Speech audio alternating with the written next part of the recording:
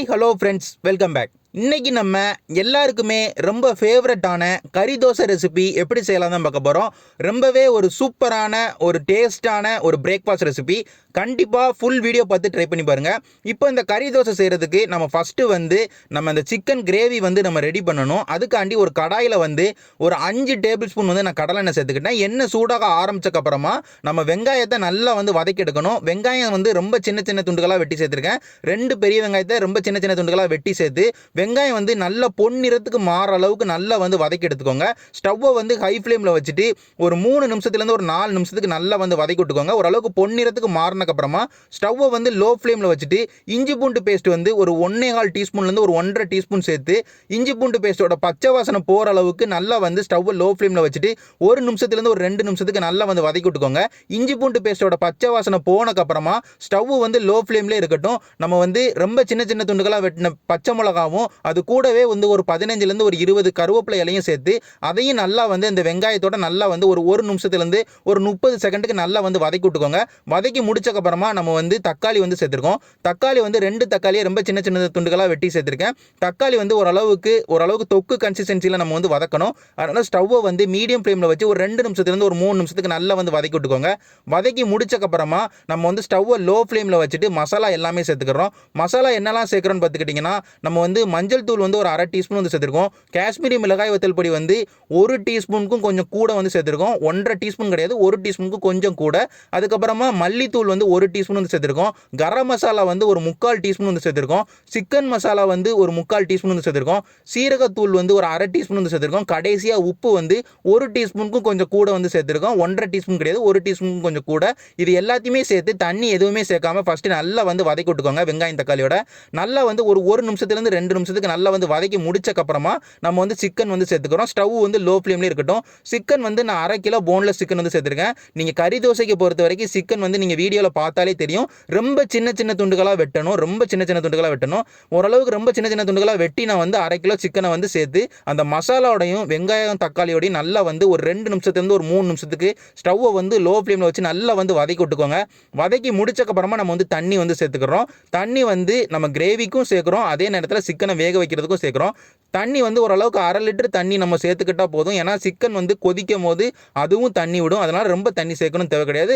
ஓரளவுக்கு இந்த கிரேவி நம்மளுக்கு கட்டியாக தான் இருக்கணும். அதனால் கம்மியாக தண்ணி சேர்த்து நல்லா கிண்டி விட்டுக்கோங்க. கிண்டி முடிச்சக்கப்புறமா நம்ம உப்பு காரம் சேர்த்தது எல்லாமே கரெக்டாக இருக்கான்னு பார்த்தோம். உப்பு காரம் சேர்த்ததில் ரொம்பவே கரெக்டாக எல்லாமே கரெக்டாக இருந்தது.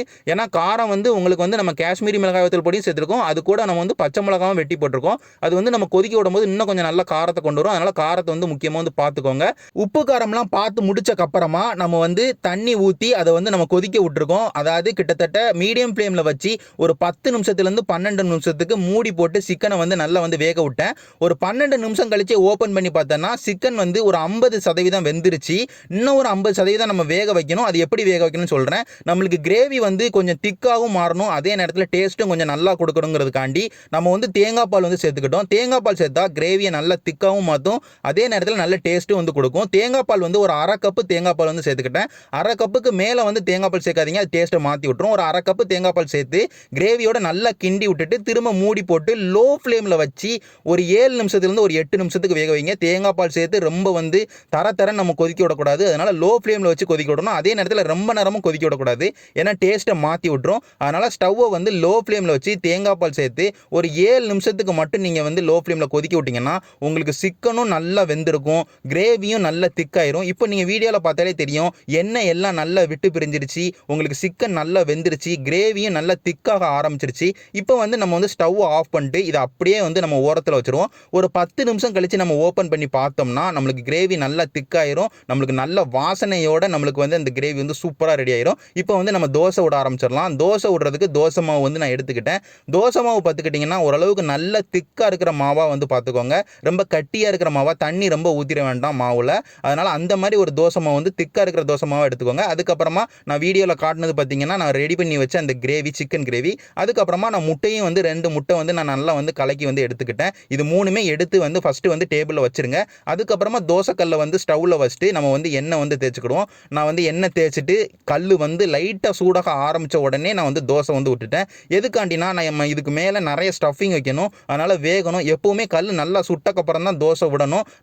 ஆனால் நம்ம இந்த தடவை வந்து லைட்டாக சுட ஆரம்பிச்சக்கப்புறமாவே தோசையை வந்து நம்ம கல்லில் வந்து ஊற்றிட்டோம். தோசை விடும் போது முக்கியமாக வந்து உங்களுக்கு சொல்லணும் பார்த்திங்கன்னா, நீங்கள் வந்து ரொம்ப வந்து மெல்லுசாக தோசை விடாதீங்க, ரொம்ப பெருசாக வந்து தோசை விடாதீங்க. ஓரளவுக்கு கனமாக வந்து தோசை விடுங்க. அதுக்கப்புறமா ஓரளவுக்கு சின்னதாக வந்து தோசை விடுங்க. அப்போ தான் உங்களுக்கு திருப்பதுக்கு வந்து ரொம்பவே ஈஸியாக இருக்கும். தோசை விட்டு முடிச்சக்கப்புறமா உடனே வந்து சைடில் ஃபுல்லாக எண்ணெய் வந்து நல்லா அப்ளை பண்ணிட்டேன். எண்ணெய் எல்லாம் நல்லா தேய்ச்சக்கப்புறமா மேலே வந்து நம்ம வந்து ரெடி பண்ணி வச்ச அந்த முட்டையை வந்து தேய்ச்சிக்கிறோம். முட்டையை வந்து நம்ம அப்படியே உடச்சி மேலே ஊற்றலாம். ஆனால் அது வந்து ரொம்ப அதிகமான முட்டையாக ஆயிடக்கூடாது. அதனால் ஓரளவுக்கு நம்ம வந்து திரும்ப ஒரு கிண்ணத்தில் எடுத்துகிட்டு திரும்ப தேவையான அளவுக்கு மட்டும் மேலே வந்து நம்ம முட்டையை வந்து தேய்ச்சி விட்டுட்டு திரும்ப வந்து நம்ம கறியை வந்து சேர்த்துக்கலாம். முட்டை தேய்க்கிறனால நம்மளுக்கு வந்து நல்ல ஒரு டேஸ்ட்டும் வந்து தரும்.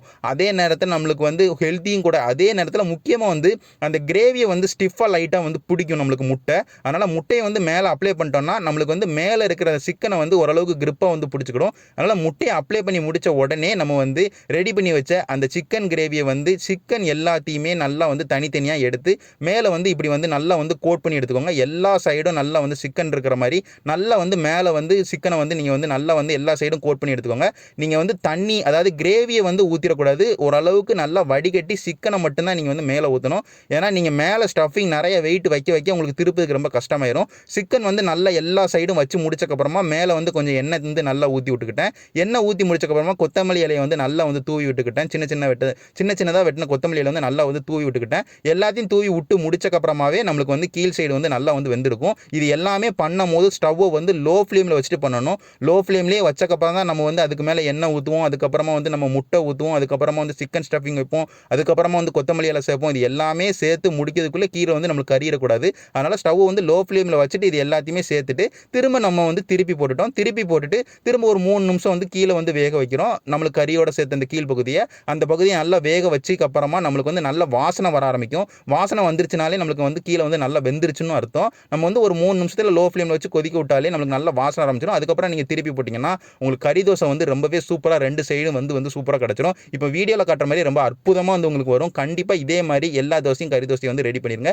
ரொம்பவே ஒரு சூப்பரான ரெசிபி, ரொம்ப டேஸ்டான ரெசிபி, எல்லாருக்குமே ரொம்ப ஃபேவரட்டான ஒரு ரெசிபி. வீட்டில் உள்ள எல்லாருக்குமே செஞ்சு கொடுத்தீங்கன்னா ரொம்ப விரும்பி சாப்பிடுவாங்க. முக்கியமாக இன்னொன்று சொல்லணும் பார்த்துக்கிட்டிங்கன்னா, நீங்கள் கறி தோசை வந்து நீங்கள் சர்வ் பண்ணும்போது அந்த கிரேவி அப்படி மேலே தோசைக்கு மேலே ஊற்றி கொடுத்து நீங்கள் சர்வ் பண்ணிங்கன்னா சாப்பிட்றதுக்கு அவ்வளோ டேஸ்ட்டாக இருக்கும். கண்டிப்பாக அந்த மாதிரி ட்ரை பண்ணி பாருங்கள். ஏன்னா நம்ம வந்து சுட்டு எடுத்ததுக்கப்புறம் ஒரு மாதிரி ட்ரையாக இருக்கும். அது மேலே நம்ம அந்த கிரேவியை வந்து லைட்டாக ஊற்றி விட்டுட்டோம்னா ரொம்ப சூப்பராக இருக்கும் சாப்பிட்றதுக்கு. கண்டிப்பாக ட்ரை பண்ணி பாருங்கள். நான் இதே மாதிரி ஒரு சூப்பரான வீடியோவில் உங்கள் எல்லாருமே வந்து பார்க்குறேன். நன்றி.